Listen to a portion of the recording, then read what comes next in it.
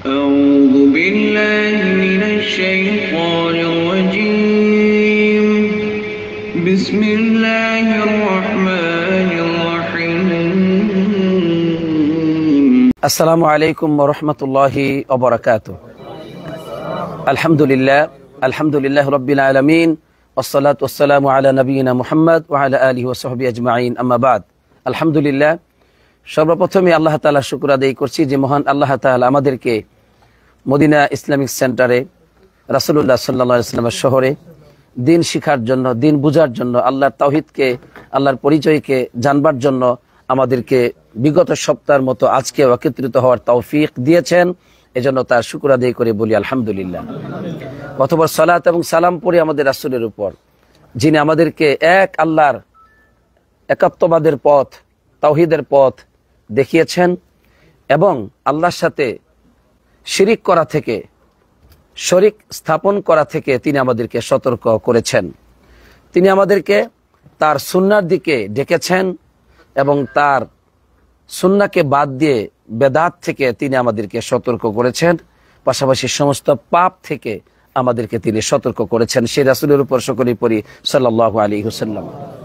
আপনার কাছে যদি আপনার অর্থ এত বেশি প্রিয় হয়ে যায়, অর্থের জন্য আপনার জীবন, রাত্রে 3টা পর্যন্ত ডিউটি করেন, কোনো অসুবিধা নাই, রাত্রে 4টা পর্যন্ত ডিউটি করেন, কোনো অসুবিধা নাই, নামাজ ইবাদত কোনো দাঁড় দাঁড়ে না, কিসের নামাজ কিসের কি, রাত দিন 24 ঘন্টা শুধু আপনার টাকার জন্য আপনার জীবন, কোনোদিন নামাজ পড়ার সময় পান না, সুযোগও নাই আপনার।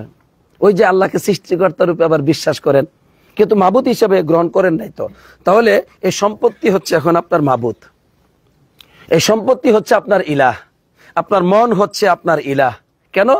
এই মন এই সম্পত্তির ইবাদত করে, এই মন সম্পত্তির ইবাদত করে, সম্পত্তি এখন ইলাহ হয়ে গেছে। তাই আব্দুদ দিনার ও দেরহাম, দেরহামের গোলাম ধ্বংস হোক, দিনারের গোলাম ধ্বংস হোক। তাহলে টাকার গোলাম ধ্বংস হোক। এই যে টাকার গোলাম কাকে বলে চিনছেন?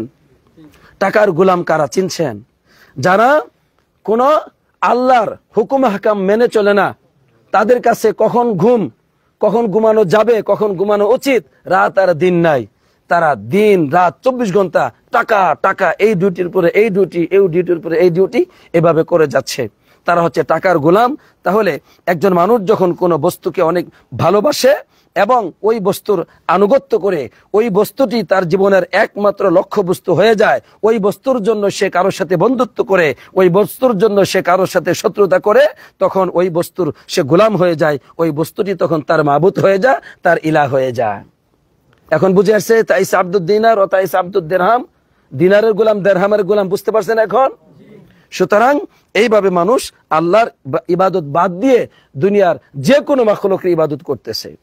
এখন আমরা বলতে পারি, আপনি একজন মেয়েকে খুব ভালোবাসেন, তাকে ভালোবাসতে গিয়া নামাজ বাদ দিয়েছেন, তাকে ভালোবাসতে গিয়া হিন্দু পাড়া গিয়েছেন, তাকে ভালোবাসতে গিয়া ওই যে চিতাখোলার মাটি নিয়ে আসছেন কবিরাজি করার জন্য, তাকে ভালোবাসতে গিয়া মা বাবার সাথে বন্ধুত্ব সম্পর্ক বিচ্ছিন্ন করেছেন, আর তাকে ভালোবাসতে গিয়া আপনি ইসলাম ধর্ম ত্যাগ করে হিন্দু হয়ে গেলেন।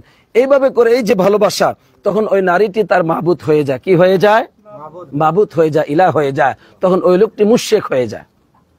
অনুরূপ ভাবে ওই নারীও দেখা যায় সব ত্যাগ করে ছেলেকে চায়, তার মা বাবা ভাই বোন সমস্ত বিচ্ছিন্নতা, মুসলিম সমাজ সব কিছু বাদ দিয়ে সে তখন হিন্দু পাড়ায় চলে যায়, হিন্দু এলাকায় চলে যায়।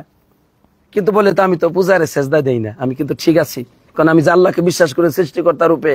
আরে গদ্দপ, তুমি যাদের কাছে এসেছো হিন্দুরা, তারা সবাই ভগবানকে সৃষ্টিকর্তা রূপে বিশ্বাস করে, তুমি যেমন আল্লাহকে সৃষ্টিকর্তা রূপে বিশ্বাস করে। তুমি নিজেও মুশরিক, তারাও মুশরিক, তুমি বুঝো না। বুঝে আসছে কিভাবে? কিভাবে? যেখানে আপনাকে আদেশ করবেন আল্লাহ, আল্লাহ যা আদেশ করেছেন সেটা আপনি মানবেন এই জীবন দ্বারা। এই মন আল্লাহর আনুগত্য করবে, এই মন আল্লাহকে ভালোবাসবে, এই মন আল্লাহকে ভয় করবে, এই মন আল্লাহর কাছে আশা করবে, এই মন আল্লাহর আনুগত্য করবে, এই মন আল্লাহর জন্য জীবন দিবে, এই মন আল্লাহর জন্য রাত ব্যয় করবে, দিন ব্যয় করবে, অর্থ উপার্জন করবে, সব আল্লাহর জন্য, অন্য কারোর জন্য নয়। এটা হচ্ছে আপনার ইলাহ হচ্ছেন আল্লাহ। তাহলে সুন্দর করে তিনি বুঝিয়ে দিলেন যে মানুষ কিভাবে অর্থের ইবাদত করে, মানুষ কিভাবে অর্থের গোলাম হয়ে যায়, মানুষ কিভাবে মানুষের গোলাম হয়ে যায়। এভাবে করে মানুষ মনের ইবাদত করে নিজেকে ধ্বংস করে আল্লাহ রাব্বুল আলামিন যেন আমাদের সবাইকে এক আল্লাহর গোলাম হওয়ার তৌফিক দান করেন, এক আল্লাহকে ইলাহ হিসেবে গ্রহণ করার তৌফিক দান করেন। আমরা যেন কোরআন এবং সুন্নাহর অনুসরণ করি, আল্লাহর আদেশ এবং নিষেধ মেনে চলি। আল্লাহ তাআলা আমাদেরকে সেই তৌফিক দান করুক, আমিন। আসসালাতু ওয়াসসালামু আলা নবিয়িনা মুহাম্মদ ওয়া আলা আলিহি ওয়া সাহবিহি আজমাইন।